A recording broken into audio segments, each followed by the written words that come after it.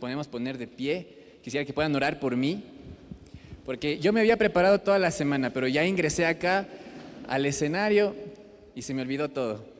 Y después lo veo al profe Vélez, que cuando yo era pequeño quería que él me mire cuando estaba entrenando a los diferentes equipos de fútbol, y me puse más nervioso todavía. Así que no quiero que la lengua se me trabe, y quisiera que por favor este tiempo sea un tiempo de mucha edificación, que sea un tiempo donde podamos aprender, pero sobre todo que sea un tiempo donde nuestro corazón nos salga igual a como entró. Así que vamos a cerrar nuestros ojos. Señor Padre, gracias por este maravilloso tiempo, gracias por tu amor, gracias por tus bondades, Señor. Sé tú, Padre amado, hablando a través de esta palabra, Señor. Sé tú, Padre amado, siendo quien pueda transformar nuestro corazón. Permítenos que esta palabra quede en lo más profundo de nuestro ser, Señor, y traiga vida a nuestro cuerpo. Gracias te damos, Padre, en el nombre de tu amado Hijo, Cristo Jesús. Amén. Bueno, iglesia, uno de los temas que yo siempre quise compartir, dije, cuando tenga la oportunidad de estar aquí, voy a hablar acerca de este tema, porque fue un tema que tocó mucho mi vida, acerca del valor. Yo muchas veces pensé que el valor estaba en las cosas que uno puede tener, en las cosas que uno puede hacer, en las victorias, pero Dios dice no está ni en las victorias ni en el fracaso.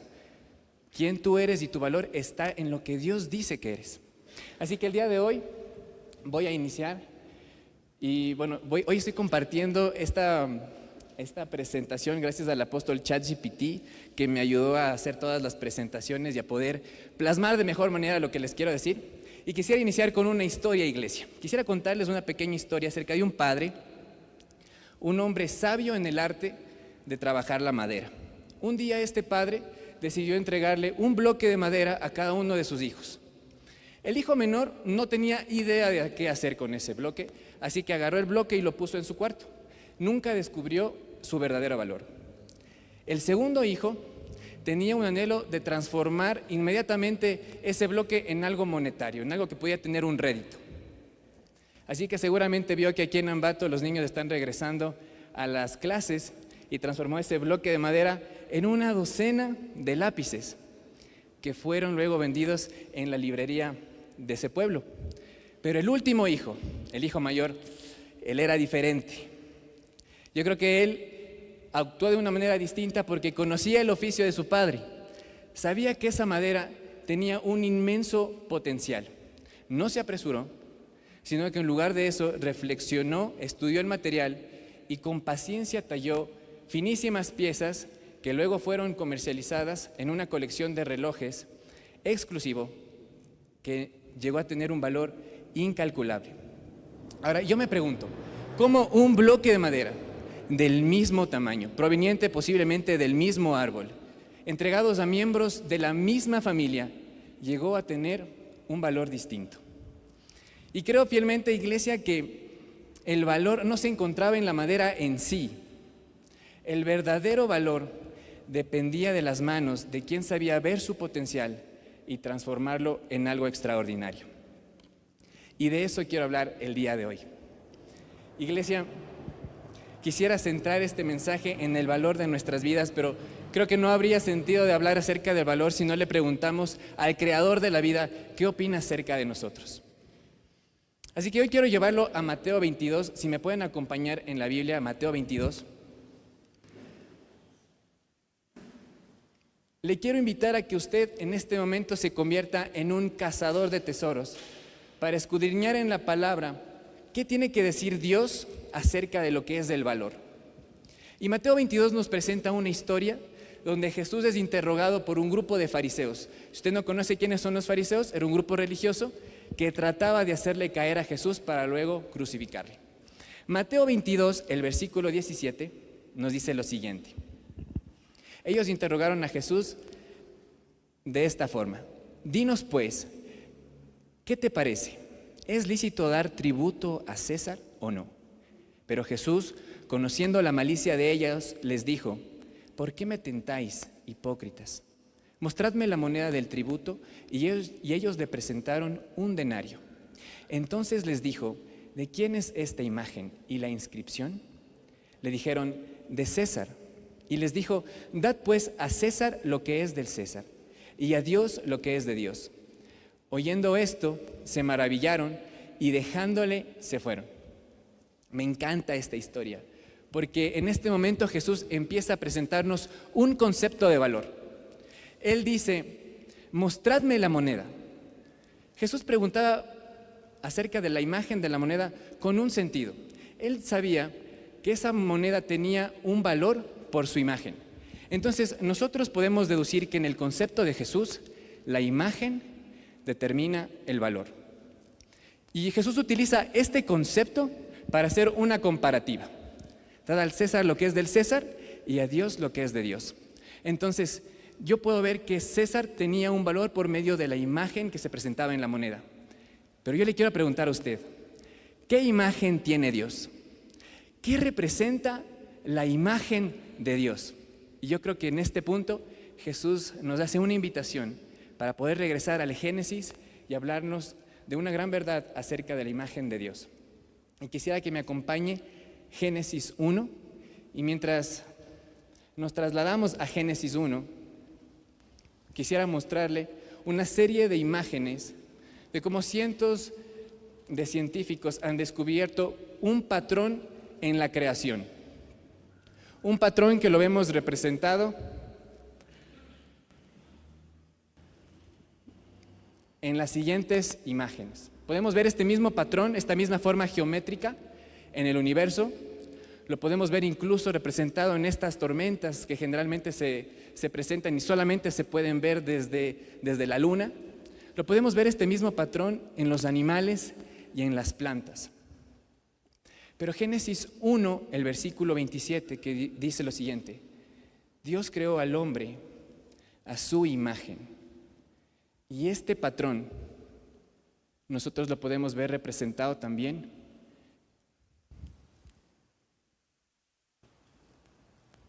en una parte del ser humano que viene a representar la identidad.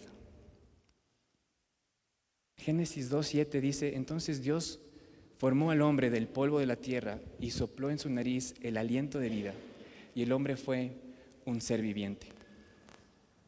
Yo creo que así como la moneda tenía un valor, porque su valor estaba representado en el César y en lo que decía el César, yo creo también que nuestra vida lleva la imagen de Dios, y nuestro valor también se rige a lo que Dios dice de nosotros. ¿Pero qué dice Dios de nosotros? Primera de Juan 3:1, que somos hijos amados. Primera de Pedro 2:9, que somos real sacerdocio, un linaje escogido. Juan 14:15, que somos amigos de Dios. Filipenses 3:20, somos ciudadanos del cielo. Mateo 5:14, somos luz del mundo. Este que me encanta. Efesios 2:10, somos obra maestra de Dios. Entonces, si Dios dice todo eso, ¿por qué muchas veces no me siento así? ¿Por qué muchas veces no me siento representado como la imagen del Dios Todopoderoso? Y para poder responder ante esta pregunta, iglesia, yo tengo que volver al inicio del inicio. Y quisiera que tracemos una línea cronológica del tiempo para poder representar esta idea que les quiero explicar. Porque si nosotros nos colocamos aquí en el presente, luego nos movemos al día 1 de la creación, Dios formando la luz y todo lo que nosotros conocemos como universo, galaxias y demás, quiero presentarles una escena que representa el inicio del inicio. Antes de que todo esto fuese formado, algo estaba sucediendo. Y prácticamente la historia nos decía que antes existía un huerto de Dios en donde ángeles y arcángeles le adoraban. Ángeles y arcángeles le adoraban, pero había uno que era diferente. Ezequiel 28:13 dice que había uno llamado Lucifer, que se encontraba en el huerto de Dios. Dice que este ser vestía de toda piedra preciosa, que los tamborines y las flautas estuvieron preparadas para él en el día de su creación. Este ser de luz tenía un propósito: brindarle adoración a Dios a través de la música. Un ser diferente al resto. Pero por primera vez en la historia se presenta maldad en la creación. Porque dice la palabra en Isaías 14, describe el pensamiento que tenía Lucifer en su corazón. El versículo 12 de Isaías 14 dice: tú decías en tu corazón, subiré al cielo en lo alto, junto a las estrellas de Dios levantaré mi trono, y en el monte del testimonio me sentaré. En los lados del norte, sobre las alturas de las nubes subiré, y seré semejante al Altísimo.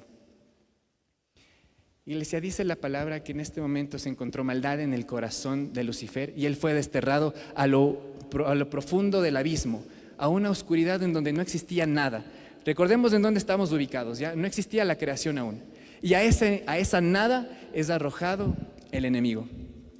Y es interesante porque yo me imagino ese momento, completa oscuridad, cuando de repente Lucifer empieza a escuchar que Dios formó la luz, que Dios empieza a formar la tierra, que Dios le empieza a dar orden a las aguas y después empieza a crear una criatura diferente llamada hombre, que tenía una característica particular.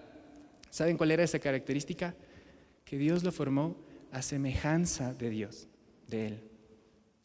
¿Se acuerdan por qué Satanás se encontraba en este lugar? Porque él quería ser semejante a Dios, pero Dios lo hizo a usted semejante a Él. Es decir, usted representa en esencia todo lo que Satanás quiso ser. Y creo fielmente que por eso el mundo nos bombardea con ataques mentales, con ideas, con propuestas que nos apartan del diseño de Dios que le da valor a nuestra vida. En esta segunda parte de mi mensaje, cuando ChatGPT me ayude, ahí está, quisiera hablar acerca del plan del enemigo para quitarnos valor. Si usted me puede acompañar, vamos a leer Génesis 29. Y mientras leemos Génesis 29, les voy a contar una anécdota.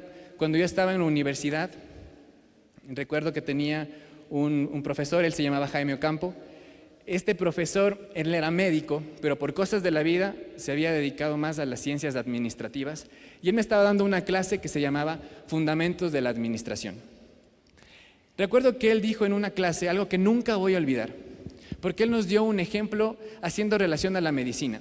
Y él decía, en la medicina nosotros utilizamos una técnica que es infalible para determinar los motivos por cual una persona ha fallecido. Esta técnica no falla, podemos determinar a ciencia cierta qué fue lo que le sucedió. Esta técnica se llama autopsia. Y él dijo, hay un problema con la autopsia. ¿Saben cuál es? Que se aplica ya cuando el paciente está muerto, cuando es demasiado tarde. Y yo creo que en la misericordia de Dios, Él nos presenta tantas historias en la Biblia, hace tantas autopsias a diferentes personajes para que nosotros nos podamos poner en un espejo, reflejarnos ante la vida de estos personajes y poderle dar vida a nuestro ser. Así que hoy vamos a hablar acerca de un personaje, le quiero poner en contexto porque vamos a leer el Génesis 29, 32 y 34, pero quiero poner en contexto acerca de esta historia. Esta historia habla acerca de Jacob, un hombre que después de huir de su casa había llegado a la tierra de su tío Labán y allí se enamoró profundamente de Raquel, la hija menor, es decir, su prima. Una mujer hermosa de semblante. Dice que fue tan fuerte el amor que tuvo Jacob por esta mujer que le propuso a su tío Labán trabajar por ella 7 años para poder casarse. Pero el día de su boda, Labán engaña totalmente a Jacob, entregándole primero a su hija mayor, Lea. Lo interesante de esta historia es que la historia culmina Jacob trabajando en total 14 años, teniendo 2 esposas. Pero no vamos a hablar acerca de Jacob y de Raquel. Esta porción del mensaje, y donde yo quisiera invitarle a que se pueda ver ante un espejo, es acerca de la vida de Lea. Déjeme hablarle algo acerca de Lea en Génesis 29, 16, del versículo 16 al 17, donde dice que Labán tenía 2 hijas, el nombre de la mayor era Lea y el nombre de la menor era Raquel. Los ojos de Lea eran delicados, pero Raquel era de lindo parecer y de hermoso semblante. En esta parte el Génesis presenta un contraste entre la belleza de Raquel y la belleza de Lea. Lo que nos quiere decir en esta porción es que posiblemente Lea fue menospreciada toda su vida y ahora se encontraba en un momento en donde compartía a su esposo con su hermana y le daba aún más comparación a su identidad. Ahora, pasa lo siguiente en Génesis 29, del 32 al 34. Dice así: así que Lea quedó embarazada y dio a luz un hijo a quien llamó Rubén, porque dijo: el Señor se ha dado cuenta de mi sufrimiento y ahora mi esposo me amará. Voy a hacer una pausa aquí, porque yo creo que aquí Lea encontró un punto donde se podía diferenciar ante Raquel. Raquel no podía tener hijos, y para ese entonces el que una persona pueda dar a luz a hijos era un significado de la benevolencia y de la bondad de Dios sobre su vida. Entonces Lea empieza a plasmar esta idea: ahora mi esposo me amará, ya que le he dado un hijo. El siguiente versículo dice: al poco tiempo volvió a quedar embarazada y dio a luz otro hijo, a quien llamó Simeón, porque dijo: el Señor oyó que yo no era amada y me ha dado otro hijo. Después quedó embarazada por tercera vez y dio a luz otro hijo y lo llamaron Leví, porque ella dijo: ciertamente esta vez mi esposo sentirá cariño por mí, ya que le he dado 3 hijos. Qué interesante. Ahora, déjenme decirles un concepto científico acerca de cómo funciona el pensamiento humano. Esto es algo que le pasa tanto a creyentes como a no creyentes. Y es que el cerebro humano está diseñado para imaginar y para planear. La región clave en donde sucede este proceso es en la corteza frontal, que nos permite visualizar escenarios, tomar decisiones y fijarnos metas. Cada vez que nosotros pensamos en nuestras aspiraciones, el cerebro activa circuitos de dopamina, que es el neurotransmisor de la recompensa y de la motivación. Esto quiere decir una cosa: que cuando nosotros nos ideamos, cuando nosotros soñamos, produce ya el cerebro una sensación de placer que se refuerza mucho más cuando ejecutamos este circuito, cuando reforzamos esta acción. Pero el ser humano tiende a romantizar tanto sus motivaciones que termina convirtiendo esas motivaciones en el lugar en donde depositamos nuestra validación. ¿Qué decía Lea? Oh, Señor, cuando mi esposo me ame, entonces ahí voy a ser feliz. Cuando yo tenga esa casa, ahí voy a ser feliz. Cuando esa persona que yo quiero sentir validación muestre afecto por mí, ahí voy a ser feliz.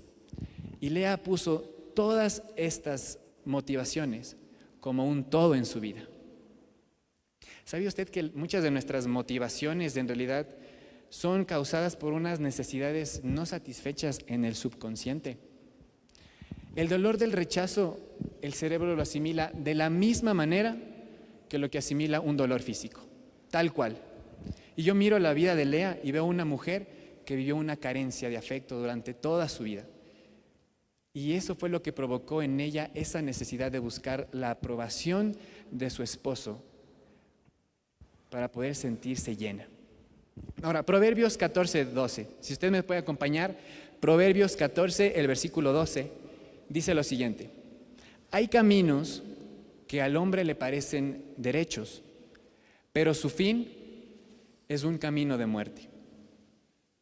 Hay caminos, yo le pondría también, hay motivaciones que al hombre le parecen derechos, pero su fin es un camino de muerte. Jeremías 2:13 nos hace una ilustración perfecta acerca de este momento. Porque Dios habla y nos dice en Jeremías 2:13: porque 2 males ha hecho mi pueblo. Me dejaron a mí, fuente de agua viva, y cavaron para sí cisternas rotas que no retienen agua. Yo quiero que se imagine un poco esa escena de Jeremías 2:13. Imagínense un hombre sediento en el desierto donde de alguna manera encuentra una cisterna a lo lejos y hace todo lo posible por acercarse. Llega a la cisterna, empieza a alar la cisterna, sediento, buscando un poco de agua para saciar su sed, y cuando la recibe se da cuenta que esa cisterna no podía albergar nada de agua. Ese mismo sentimiento es el sentimiento que nosotros encontramos en Lea después de dar a luz a su tercer hijo. Una mujer totalmente rota, una mujer totalmente quebrantada, Una mujer que había puesto todo su corazón en una idea que le había representado una mentira. Pero gracias a Dios la historia continúa. Y nos vamos a ir a Génesis 29, el siguiente versículo, el versículo 35.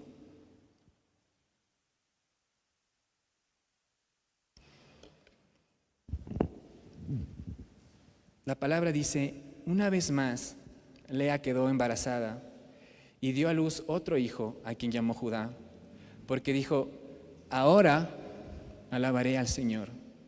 Y entonces dejó de tener hijos.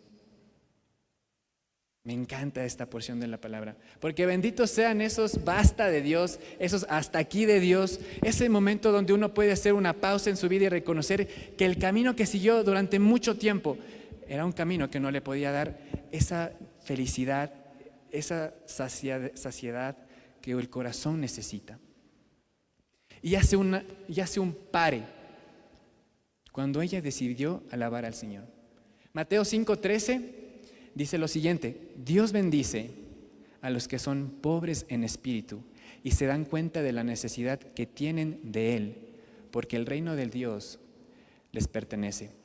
Bendito ese día, bendita esa hora donde tocaste fondo espiritual, porque en ese momento creaste el ambiente propicio para dejarle actuar a Dios, que es un experto en restaurar el corazón y darle valor al hombre.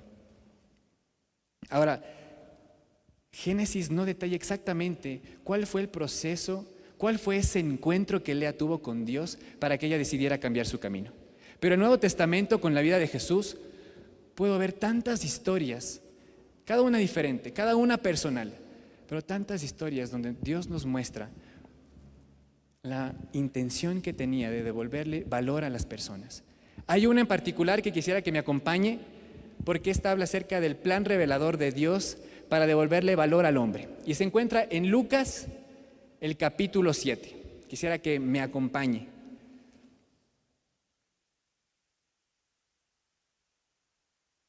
Estamos ya por terminar, iglesia. Yo le pido 10 minutos más. Concéntrese conmigo, que va a ver que el Señor tiene algo que mostrarle.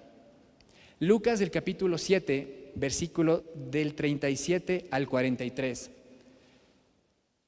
Dice lo siguiente: entonces una mujer de la ciudad, que era pecadora, al saber que Jesús estaba a la mesa en casa del fariseo, trajo un frasco de alabastro con perfume, y estando detrás de él a sus pies llorando, comenzó a regar con lágrimas sus pies y los enjugaba con sus cabellos, y besaba sus pies y los ungía con el perfume.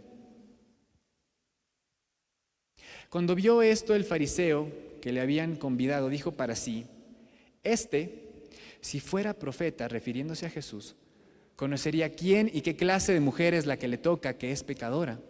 Entonces respondió Jesús y le dijo: Simón, una cosa tengo que decirte. Y él le dijo: di, maestro. Un acreedor tenía 2 deudores. El uno le debía 500 denarios y el otro le debía 50.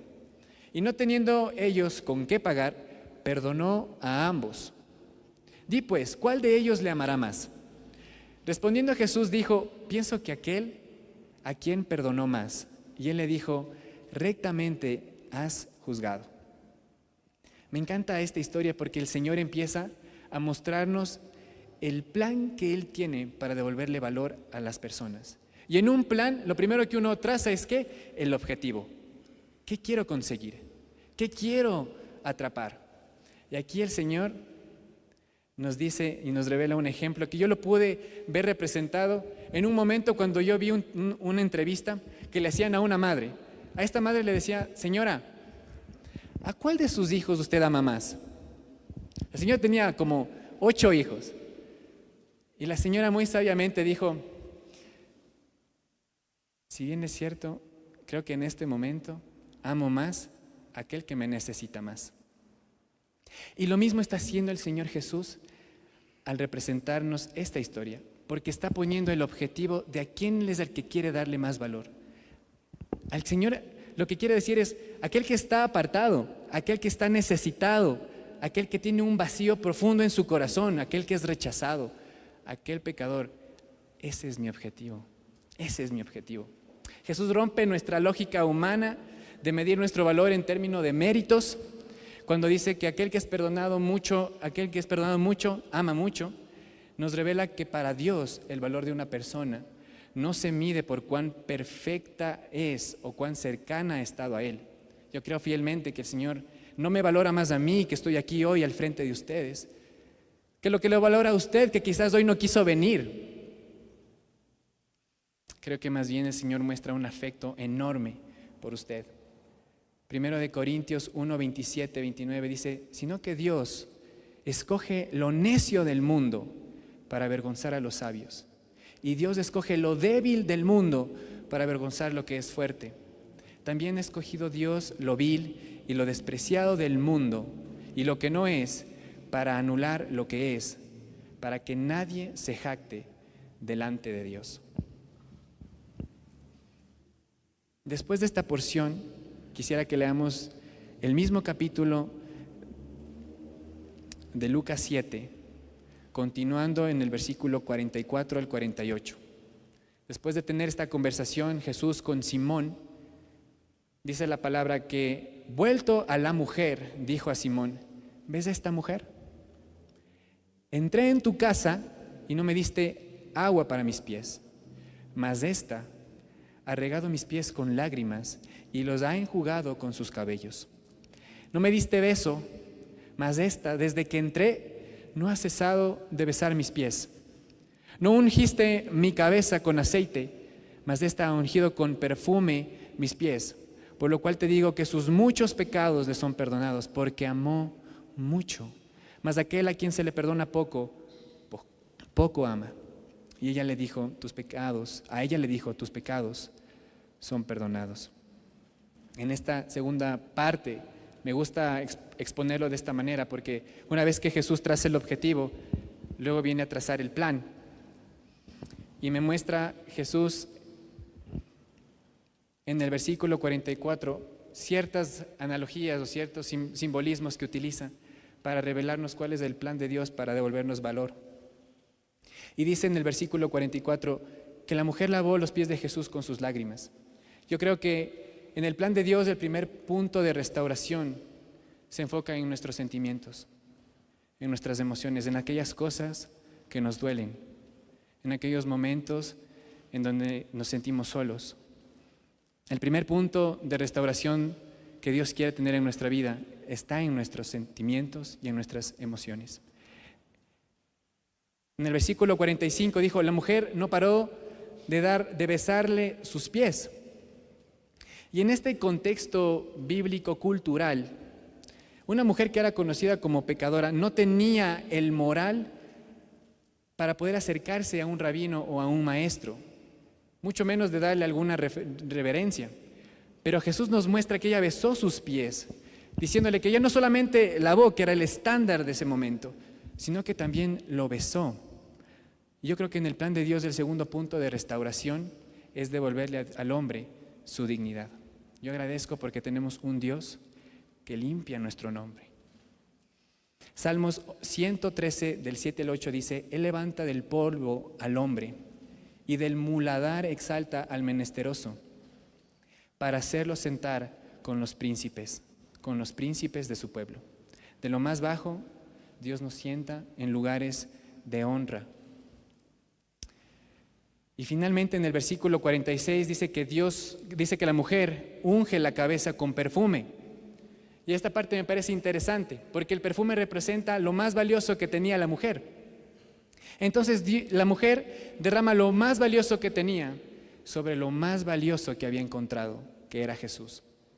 Y ese perfume llenó toda la habitación. Me fascina porque yo creo que la Biblia es muy intencional en los elementos que utiliza. Porque solamente el perfume nos podría dar esta sensación de percibir algo. Y yo creo que todos quienes entraron en esa habitación pudieron percibir el perfume de la mujer. Yo creo que el tercer punto en el plan de Dios para restaurar al hombre se encuentra en restaurar nuestros dones y nuestros talentos. Yo no sé si usted se ha dado cuenta, pero cuando uno está roto, lo último que piensa es en aquellas cosas que puede hacer bien. Cuando uno está roto y quebrantado, lo último que piensa es en esos dones que Dios le dio. Pero Dios los restaura. Dios los restaura con un objetivo, de que el resto de personas también lo pueda percibir. Ahora, yo quisiera volver nuevamente a la historia de Lea ya para terminar, porque quisiera cerrar con esta parte. ¿Sabe dónde nosotros usamos esos dones y esos talentos? El Señor es tan intencional que nos vuelve a colocar en ese mismo lugar donde quizás fuimos humillados. El capítulo de Génesis 29, cuando hablábamos de Lea, terminaba con algo interesante. Génesis 29 culmina diciendo que Lea, después de que decidió alabar a Dios, ella dijo algo. A ella le pasó algo. Ella dejó de tener hijos. Dejó de tener hijos. Pero en el siguiente capítulo, el capítulo de Génesis 30, ella vuelve a dar a luz. ¿Qué nos quiere decir la palabra con esto? Yo no creo que la Biblia se está anteponiendo ante sí, o de alguna manera lo que dice Génesis 29 no corresponde a lo de Génesis 30, sino que yo creo fielmente que la Lea que pudimos encontrar en Génesis 29 no era la misma de la Lea que nosotros encontramos en Génesis 30. Miren, Dios a Lea no le cambió el marido. Dios a Lea no le quitó su rol de ser madre. Le dio valor a su vida. Quisiera llevarnos a Zacarías 9, el versículo 16. Ya estoy por terminar y quisiera por favor que nos pongamos de pie, ya estamos terminando. Yo traje un pequeño obsequio conmigo. No sé si es que me lo pueden alcanzar, creo que lo dejé acá. Muchas gracias. No voy a hacer ningún sorteo, iglesia, lo siento. Pero yo traje algo conmigo el día de hoy. Zacarías 9:16 dice lo siguiente: y lo salvará Jehová su Dios en aquel día como rebaño de su pueblo, porque como piedras de corona serán enaltecidos en su tierra. Me encanta la última parte, en su tierra. En el mismo lugar donde nosotros nos desempeñamos, ahí es donde el Señor quiere darnos valor para poder dar valor a alguien más. Yo creo que este mensaje de entender el valor nos ayuda a cambiar la perspectiva que nosotros tenemos con Dios, con nosotros mismos y con el resto de personas que nos rodean. Yo el día de hoy aquí traje una camiseta. Esta es la camiseta de la selección ecuatoriana de fútbol. Con esta camiseta nosotros fuimos al último Mundial de Qatar. Con esta camiseta nos convertimos en la primera selección en ganarle a un equipo anfitrión. Pero esta camiseta, puesta en un estadio o llevada a un estadio, es un uniforme. Esta camiseta puesta en el cajón donde están el resto de mis camisetas es una camiseta más. Esta camiseta envuelta en un papel de regalo es un obsequio. Esta camiseta, si yo la llevo a la tienda donde la compré, es un producto y tendrá su valor de mercado. Esta camiseta puesta en el Museo de la Selección Ecuatoriana es historia. Y yo creo fielmente, iglesia, que en el mundo existen varios lugares, existen varios ambientes que le quitan valor a las personas. Pero la idea que Dios tenía de la iglesia fue que nosotros podamos ser esa comunidad, ese grupo de apoyo que le recuerde a las personas su valor y que Dios los ama. Vamos a orar. Señor, te agradecemos enormemente por este maravilloso tiempo, por recordarnos cuánto tú nos amas, Señor. Te agradecemos fielmente porque necesitábamos reconocer, Señor, que nuestro valor no está en las distracciones de este mundo. No hay nada que nos pueda dar más valor que lo que tú dices acerca de nosotros. Gracias porque nos permites reconocer ese valor para poderlo multiplicar en el resto de personas. Ayúdanos a ser esos instrumentos tuyos, esos agentes de valor, que puedan levantar al caído, que puedan levantar al necesitado, que puedan levantar a aquel que hoy clama a gritos por ayuda. Te agradezco, Señor, porque eres un Dios bueno, un Dios que nos ama y un Dios que tiene planes maravillosos para tus hijos. En el nombre de Cristo Jesús oramos. Amén.